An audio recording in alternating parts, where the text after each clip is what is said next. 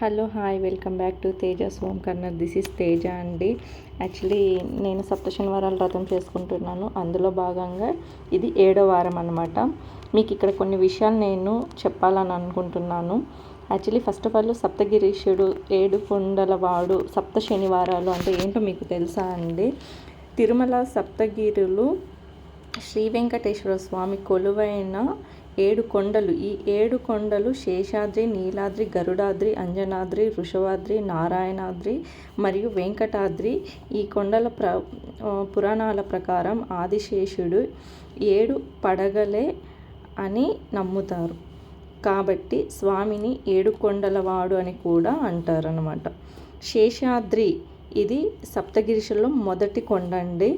నీలాద్రి 2వ కొండ, గరుడాద్రి 3వ కొండ, అంజనాద్రి 4వ కొండ, వృషభాద్రి 5వ కొండ, 6వది నారాయణాద్రి 6వ కొండ, అలాగే ముఖ్యంగా మనకి వెంకటాద్రి 7వ కొండ అన్నమాట.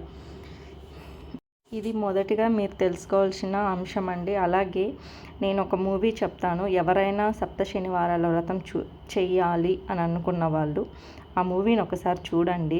మీకు ఏ ఛానల్స్ చూసినా అర్థం అవ్వట్లేదు, ఎవరు చెప్పినా అర్థం అవ్వట్లేదు అంటే ఆ మూవీని ఒకసారి చూసారంటే మీకు క్లుప్తంగా అర్థమవుతుంది ఎలా చేసుకోవాలి అని.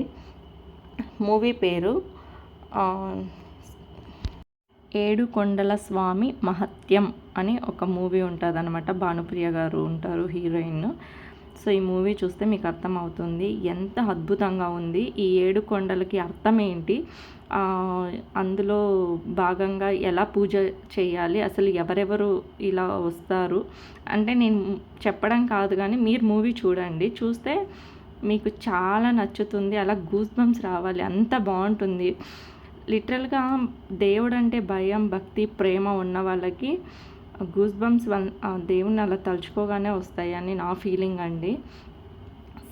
మనము మనుషులుగా ఉన్నాము, బ్రతుకుతున్నాము, దేవుణ్ణి నమ్ముతున్నాము అంటే మనం కొన్ని కట్టుబాట్లు అనేటివి పెట్టుకోవాలండి. అప్పుడే మనము మన వృత్తి ధర్మాన్ని సక్రమంగా నిర్వహించవచ్చు అనమాట.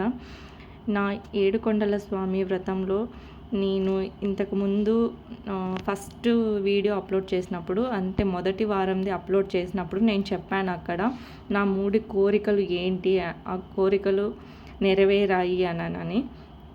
సో అందులో భాగంగా ఆ కోరికల గురించి ఇప్పుడు నేను మీతో షేర్ చేసుకోవాలి అని అనుకుంటున్నాను. అలాగే ఎవరైనా ఇల్లు, బంగారం ఇలాంటివి ఏదైనా చెప్తాదేమో అనుకుంటే ప్లీజ్ మీరు స్కిప్ చేసి వెళ్ళిపోవచ్చండి.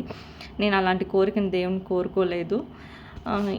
ఏంటి అంటే నాకు ఫస్ట్ పాప పుట్టింది. ఆ తర్వాత 3 ఇయర్స్ 4 ఇయర్స్ గ్యాప్ తర్వాత నేను ప్లాన్ చేసుకోవాలి అని అనుకున్నాను.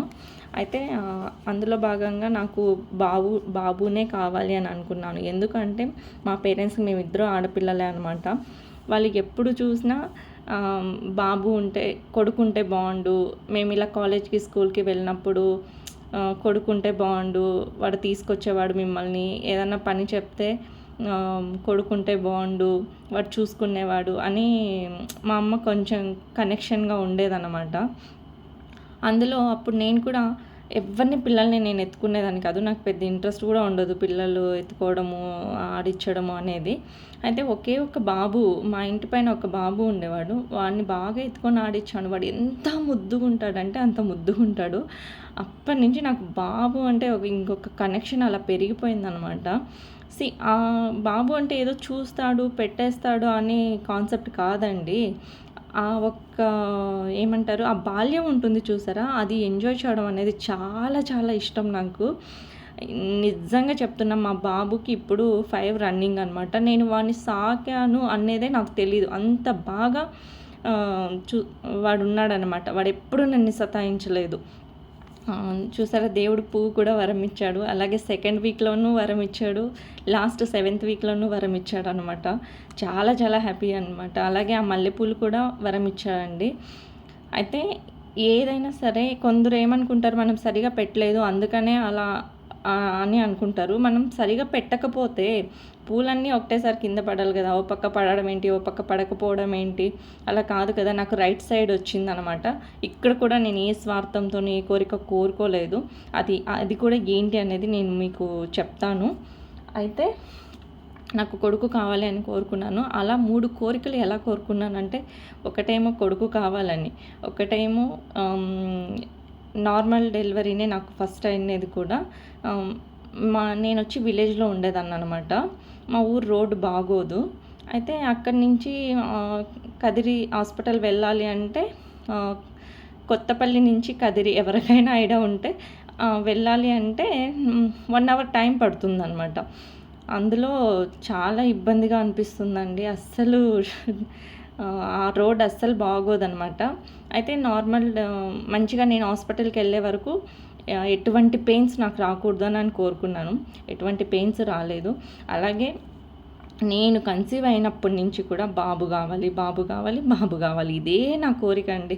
యాక్చువల్లీ నేను ఫస్ట్ టైం సప్తశనివారాల వ్రతం మొదలుపెట్టింది కూడా మా బాబు కోసమే, కొడుకు కావాలని, తొందరగా కన్సీవ్ కావాలని. అలా మొదలుపెట్టిన సెకండ్ వీక్కే నేను కన్సీవ్ అయ్యాను అనమాట. సో కన్సీవ్ అయ్యాను.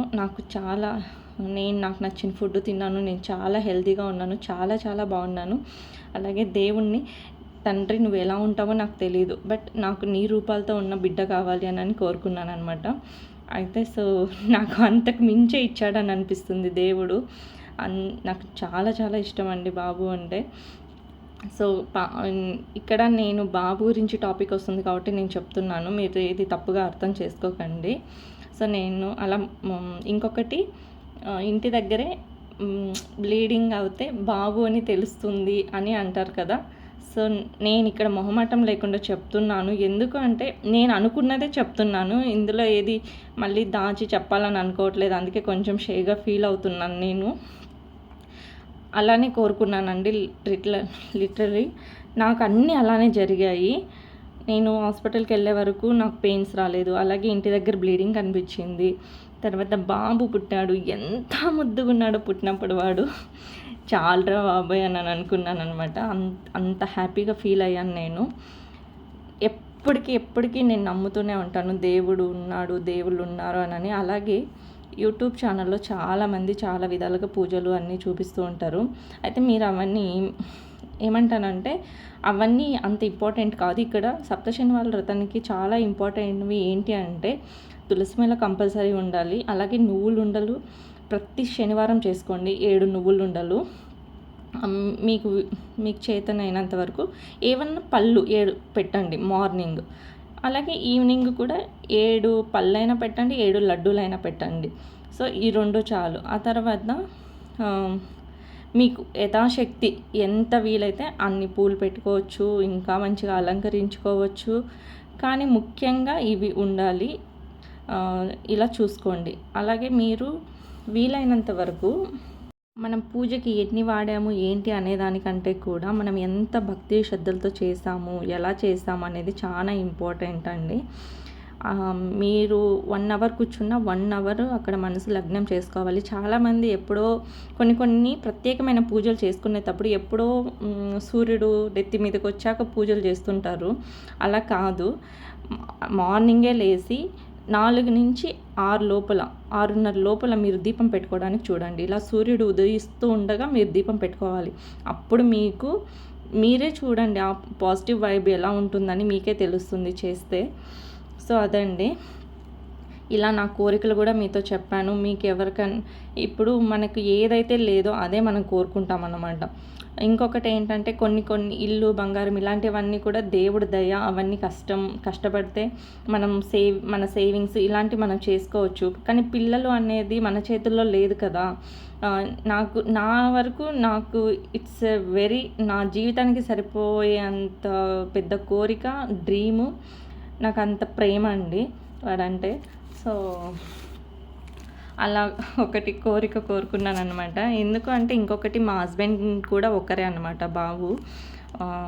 అయితే మా అత్తయ్య మామయ్య గారు కూడా ఉంటుంది కదా, నాకే కొడుకు ఉన్నాడు, ఫస్ట్ ఏమో పాప పుట్టింది, సెకండ్ అయినా బాబు పుడతాడా అని అలా అవన్నీ ఆలోచించి నేను బాబు కావాలని కోరుకున్నానండి. అంతే. సో ఇది నా 3 కోరికలు నేను ఇలా కోరుకున్నాను, అవి అలాగే జరిగాయి అన్నమాట.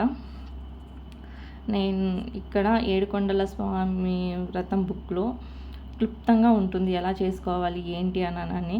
ఎవరైనా సరే మీరు చదువుతూ చేసేసుకోవచ్చు ఈ పూజ. మీరు ఎలాంటి మొబైల్లో రికార్డ్స్ అవి ఇవి పెట్టి చేసుకునేదానికంటే ఆ రికార్డ్స్ అవన్నీ పెట్టుకున్నప్పుడు ఏమవుతుందంటే ఒక దగ్గర స్టాప్ చేయాలి, ఇంకొక దగ్గర వాళ్ళు దాని గురించి విశ్లేషణ ఇస్తారు. అప్పుడు పూజ అనేది మనకు డిస్టర్బెన్స్గా అనిపిస్తుంది అనమాట. అలా కాకుండా ఎవరైనా కూర్చొని మంత్రాలు చదువుతుంటే మనం చేయొచ్చు.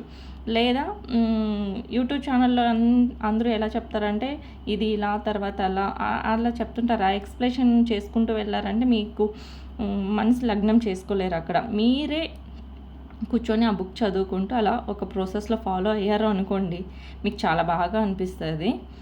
సో నేను ఇది మీకు చెప్పాలి అని అనుకుంటున్నాను. అలాగే నేను ఈసారి ఒక బిజినెస్ కూడా స్టార్ట్ చేద్దాం అనుకుంటున్నాను. దేవుడి దయ వల్ల అది కూడా సక్సెస్ అవ్వాలని కోరుకుంటున్నాను. ఏదైనా సరే కష్టపడాలి, కష్టపడితే ఏదైనా మనం సాధించవచ్చు. ప్లస్ మనకు ఆయన అనుగ్రహం ఉంటుంది అని నేను బలంగా నమ్ముతున్నానండి. అందుకే లాస్ట్ వీక్ కొంచెం ఎక్స్ప్లెనేషన్ చేయాలి అంటే ఫస్ట్ వీడియోలో నాకు కామెంట్ చేశారు ఒక మేడం, ఏంటి మేడం మీ కోరిక అని చెప్పి.